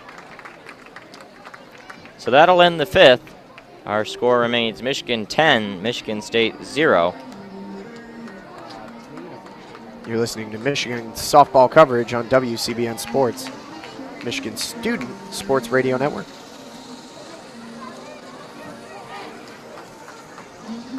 Quick brush off of the field here. Wonder if we'll go a full 7, because again, Michigan State will bat in the top of the 7th. See if we play a full 7 or if it'll end there. Then again, Michigan could still be up to bat in the bottom of the 7th if Michigan State comes back and gets 10 runs. Fans continuing to file out as they continue to play this contest.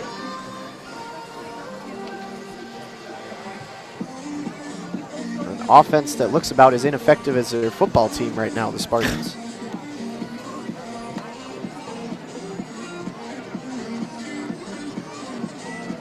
MSU football has a tussle with Northwestern this weekend. You were down in Evanston over the weekend for Michigan's. Down, over, up, somewhere. It's definitely over. I'm not sure if it's north. Like, No, it's is that not north. latitudinally or longitudinally? Let's check the old map. Either way, I was in Evanston. Yeah. Cold, very cold. We were in the castle tower, one of the castle towers on either side of the press box. Yeah, I'm saying Evanston is just a tiny bit south of Ann Arbor. Yeah, so I was over there on the shores of the big lake. Quite a nice area. As Ebony Eccles takes the first pitch for a ball outside and low.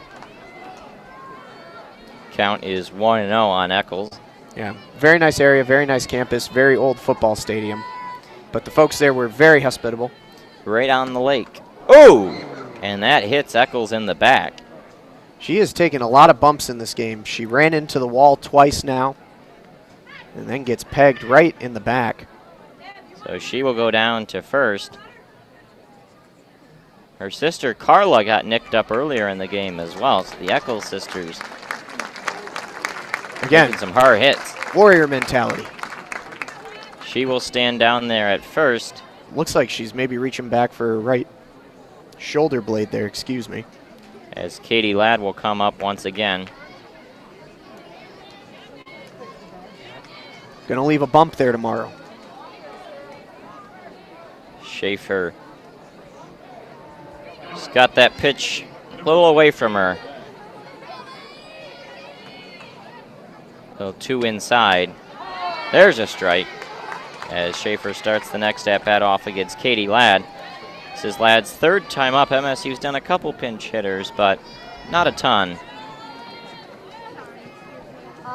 They've mostly been willing to let their starters get multiple times up. That one's fouled away, and now the count quickly 0-2. Just knuckled back there into the screen, a hair down the first base side.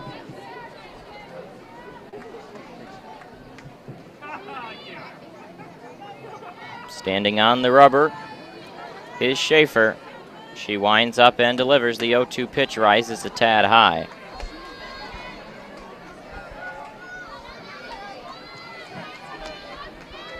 The count goes to 1-2.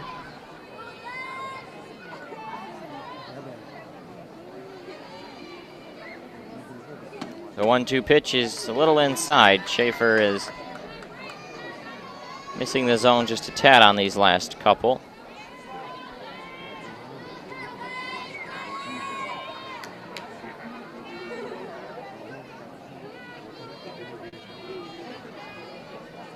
The 1-2 pitch, got her on the outside corner. And there's a strikeout now. The first looking for Schaefer, 2nd overall. And a collected, I believe, 10 strikeouts now on the afternoon for Michigan between Schaefer. No, just 9. 9. Carla As we grounds count that up. one down the first baseline foul. Carla Eccles up to the plate. Eccles, as we mentioned earlier, was the only hitter to have continued success against Storako. She had 2 of the 3 hits, which were both higher up in the zone singles that she went up and got. That one's a little inside. Ooh, boy. Schaefer on the verge of hitting both the Eccles sisters in the same inning, but managing to jump out of the way. It's Carla. Think about it, if you charge the mound, you got a little help coming over from first. Yeah. That one is down and in. The count 2-1. Carla Eccles is a left-handed hitter. Ebony, also a lefty, so from the same school of hitting.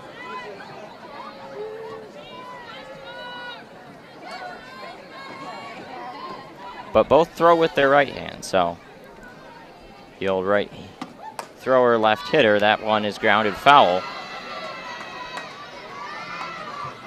Eccles, a compact frame as opposed to her sister, which is a bit more stout. Definitely a tougher to strike out hitter. See where they go with the 2-2 here. Pitch is in the dirt, and the count is 3-2.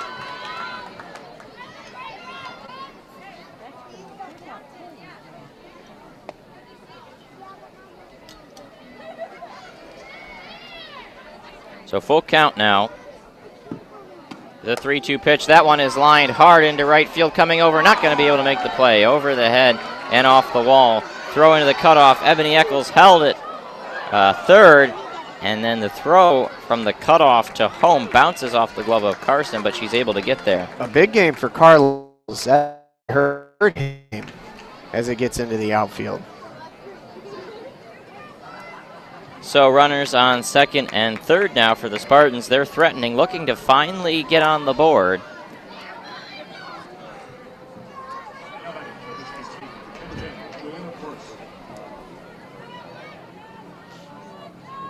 And that is a 3-for-3 day for Carla Eccles, so she could be a menace towards Michigan in the future. Definitely by far the best hitter from MSU today. So up to the plate now is Joanna Bartz, who was moved to catcher from third base earlier in the game, and now Carla Eccles is going to be removed for a pinch runner in the middle of the at-bat.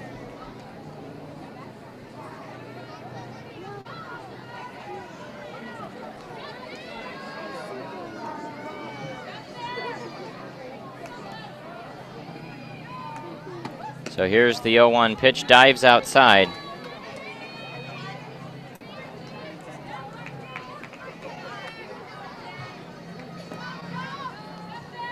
Count 1-1.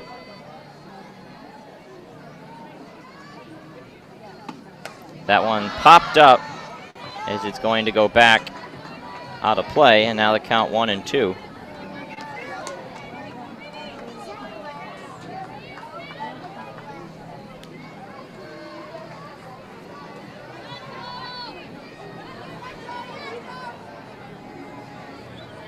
The 1-2 coming. That one is fouled right back to the screen. Joanna Bartz waging a good at-bat here.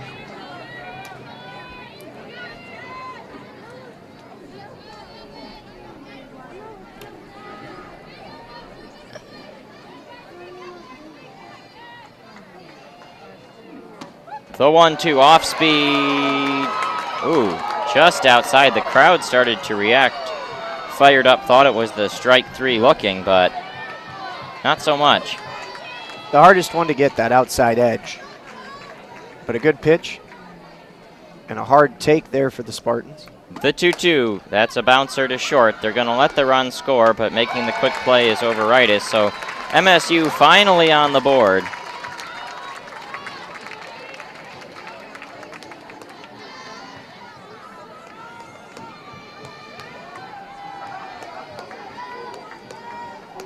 (10-1) the score right now with 2 outs in the top of the 6th. Going to play a full 7 regardless of the run rule.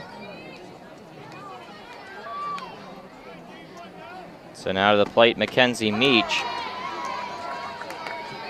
Or rather, a pinch hitter, I believe. Oh, no, that's right. Laney Joyner, sorry. Meach is on deck. His score sheet has gotten a little cluttered. After all the switches, preseason can be that way. That's a strike on the outside corner.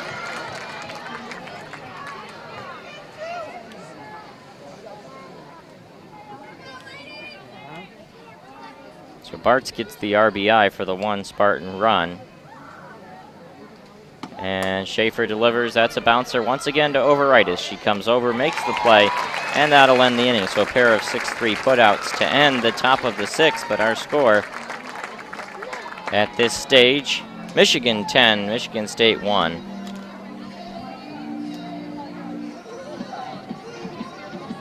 We get the switch over. This will probably be Michigan's last time up to bat unless MSU made a bizarre, unforeseen comeback. It'll be Carson Bump Wolverines in the bottom of the 6th.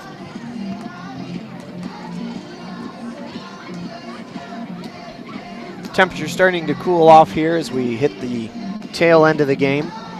Looks like right now close to 70 degrees here with the wind. Opening night in the NHL tonight as well. Hockey is back. Yeah. Early October, hard to believe. You and me might go catch little Leafs and Wings next Thursday. Yeah. Looks like my schedule is open. Your in-house Leafs fan, JP. Your in-house Wings fan, Drain. Haven't checked out the Little Caesars since it's opened. Much different experience from the Joe. Less concrete. A lot bigger, less bigger gray. concourse. That's the big key. Just gray concrete. Yeah, I'm excited to catch it. Figured I probably would have gone down there for something this summer, but I just avoided Tigers games at all costs. Such a sad experience to go down there. I think I only went to 1 or 2 this summer. Also upgraded a lot of the food choices. Joe Louis used to just have Little Caesars, and then, you know, as long as they got the Coney dog pizza, I'm good. Yeah, it's just there wasn't a lot of options at the Joe, but we'll have to check it out. So now Digging in is Abby Skvars. Skvars. Yep. So we do have a pinch hitter for Bump, which means only Lexi Blair is left in this from the starting lineup. Skvars takes the first one for a ball.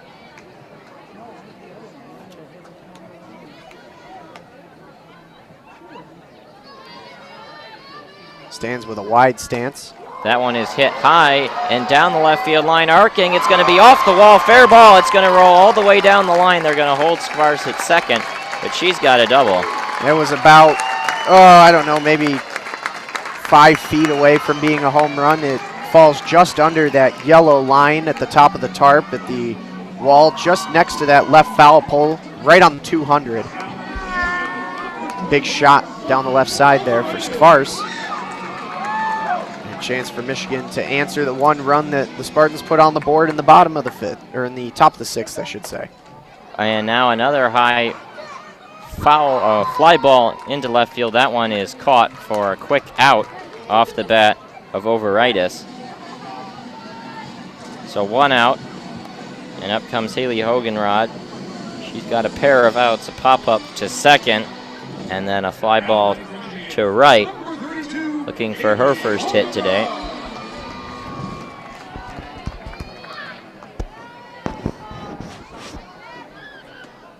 That one is high.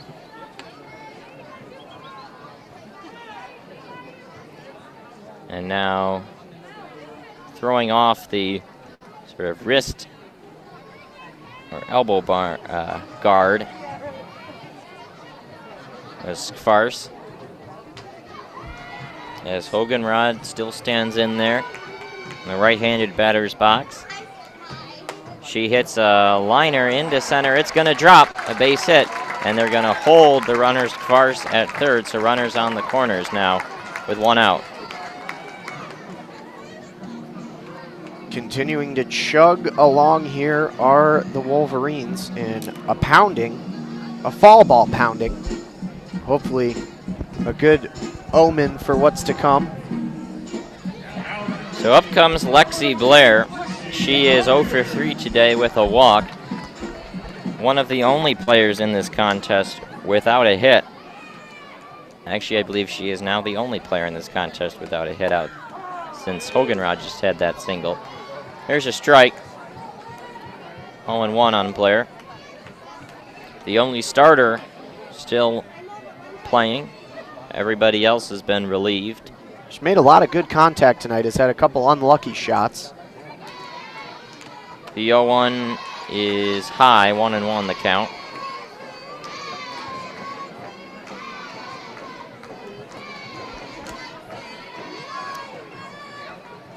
Blair digs back in. The 1-1, that's a liner right to second, throw back to first. They got it, doubled off. The second line drive double play today. A quick flip from Katie Ladd over to first to get the out. That's a tough one. Like I just said, she's made really good contact, but again, an unlucky one that you got a lot of it and right over to second base and an easy flip over after a couple steps off the bag, and that'll end the inning. We'll head to the top of the 7th. Again, not sure if Wolverines get 3 outs if we're going to play the bottom of the inning, but hard to believe that they would. No real reason to. So, a 10-1 score. Sarah Schaefer will come back out, we assume, one last time, and yet there she is.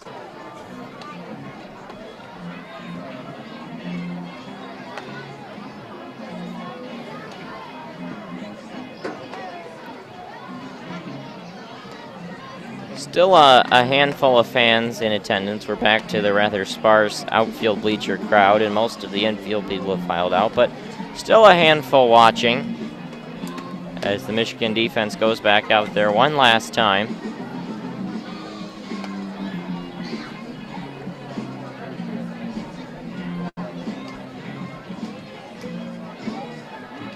Infield has a meeting in the circle.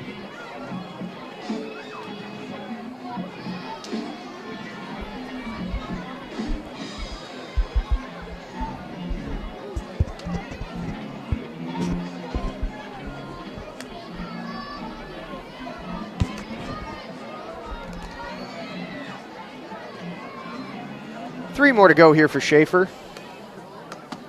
That pitch is, oh boy, fouled right off her face. That's why you wear the face guard. That is true indeed. Seen a couple of rough knocks, mostly on the Spartans side of things tonight. Both the Eccles sisters have taken a couple knocks. Another shot right there up in the grill. Looks like a pinch hitter, trying to see who that is. It's 0-1, that pitch is high, 1-1. I believe it's Summer Callahan. Callahan, well, she pinch hit earlier in the game, but it should be Mackenzie Meach's spot in the lineup. That is Callahan. No real rules here. Yeah. The 1-1 popped up into the air, and coming in to make the easy play is Carsone. It's going to just kind of like Calvin ball. We're just making it up. Yep. Did you see yesterday was 68 years from the first Peanuts strip? I did not. Good Charles Schultz shout out. So yeah, it was Callahan hitting for Meach and switching that part, the lineup up, because now we're to White, and she hits a liner right back up the middle, a base hit. Nice knock. A little bit going for her there, White. The DP on the afternoon. That will bring up. And we're going to see a pinch runner first as well for White. That's what it was. And that's Meach, I think, pinch running here now. There are 2 Callahans on this team, Summer and Courtney. Courtney was the pinch hitter earlier in the game, and that was Summer, because I just wrote down Callahan on my sheet. Fatal flaw. And all these, I assume they're siblings. Let me make sure of that. Ball 1 to Courtney up high. Well, they might not be. One's from Commerce. Courtney's from Commerce, and Summer is from New Boston. It's a fairly common last name. Yeah. 1-0 misses high again. High 2-0. I'll bring out a little meeting here with Alexander. Jen Brundage is looking like she's showing Schaefer maybe something with her foot as she walks out there and gives her a little like plant with the right foot maybe. Just a little technical thing that's maybe causing that release to come up a little bit high, perhaps.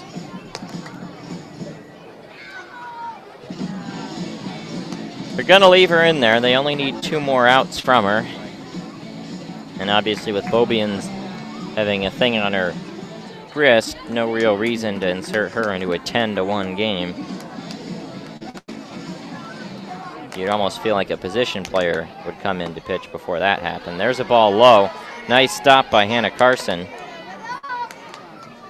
So the count now 3-0 on Courtney Callahan. Courtney is a freshman. She went to Walled Lake Northern out in Oakland County. The 3-0 coming, strike. On the outside part of the plate. Easiest pitch in softball. Yep, 3-0. Sun beginning to set. We have a little painted skyline out to the side. There's a 3-1 is fouled back to the screen. It's like a nice Bob Ross painting. Yeah, well. Just like Bob Ross, that run on the board the Spartans have got. Just a happy mistake.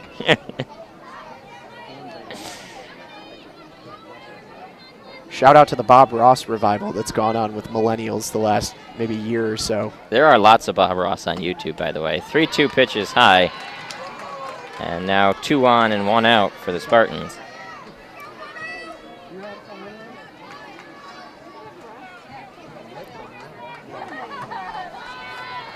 And that's going to bring up Riley Paxson. Riley Paxson pinch hitting for Melanie Biquet. Wearing number 27. From Nashport, Ohio. A lot of interesting towns. Not a lot of big cities.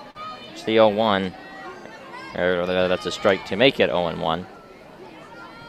It's good for the Midwestern game. The small towns of Middle America. So 2 on, 1 out. Schaefer checks the wristband, and that pitch is called a ball outside. Wolverines just trying to get this one wrapped up and get out of here. It's been a dominating performance, 10-1 so far.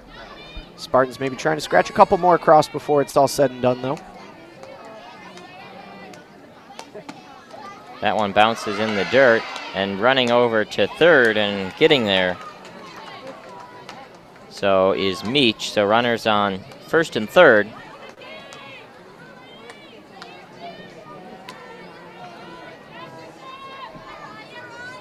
If you're Schaefer, you just want to get it over the plate, have it, put him in play.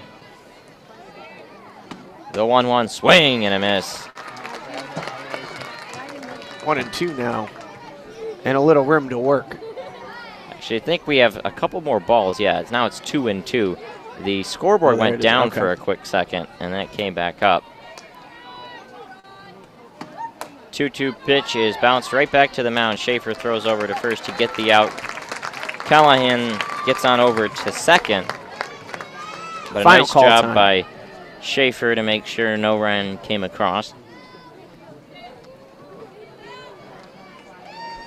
So runners on second and third, and 2 outs.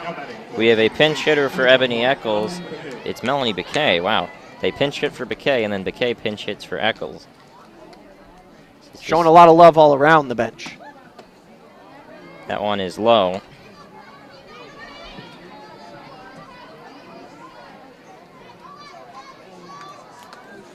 So the count 1-0 on Bakay. Inching off and ready to run are the runners. And that one is taken for another ball. 2-0. This game today, Storako is definitely looking like the stronger pitcher for the Wolverines. Schaefer struggling a bit here in her outing. 2-0 is fouled back to the screen, 2-1. They will be battling all through the winter, and then when the season gets started, for the nod to get that second start behind Megan Bobian.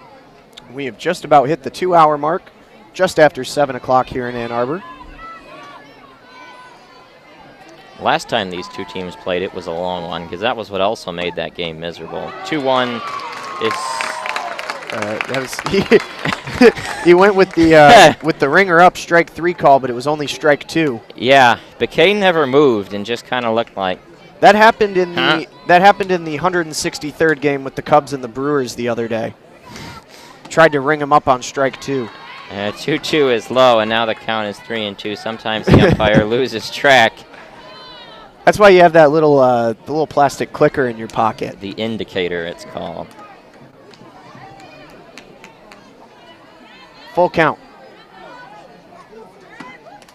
That one gets away, and now a run coming from third down, applying the tag, but not able to get it. So scoring on a wild pitch is the runner over at third, and then Bakay gets down to first on the walk. So now runners at the corners, 2 runs across on the evening for the Spartans, 10-2.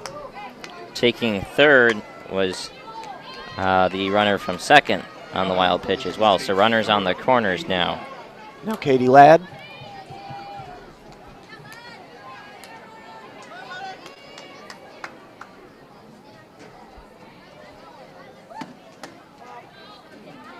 That's a ball. Schaefer just trying to wrap it up here and get out. 1 out away are the Wolverines, leading 10-2.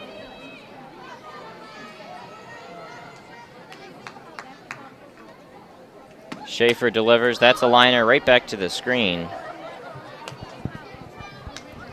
And now the count 1-1.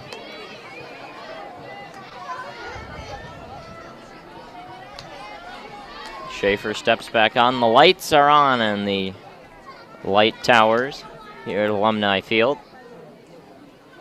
The 1-1 coming, swinging a high pop-up, but it arcs over our heads. Back to the softball center. So now the Wolverines 1 strike away. The count is 1-2.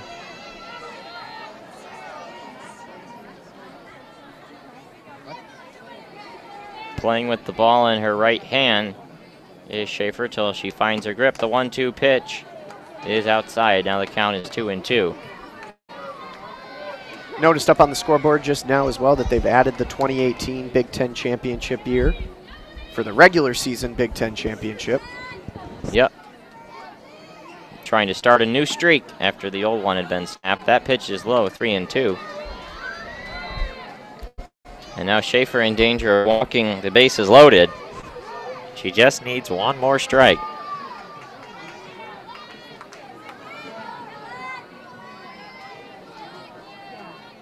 She sets the 3-2. That one's in the dirt, and that's a walk. Throwing on down was Carson, and now another run will score. That's just a mistake there. It was a walk. No need to throw down to second. I think Carson got confused, thought that there was a very slowly attempted steal. And that'll give up another run, so now it's 10-3. Just a mental lapse there. She's trying to get some throwdown action. Keep the arm warm. As everyone, the umpire as well, kind of losing track of this game. Still just one more out needed, but Carl Eccles has been the hottest hitter on this team today for the Spartans. She's already got 3 hits on the afternoon. And she stands in now. Took time a second ago, but now she's back in. The first pitch coming is a little low. Schaefer continues to really struggle with the command. She's now issued 3 consecutive walks and has thrown some wild pitches as well.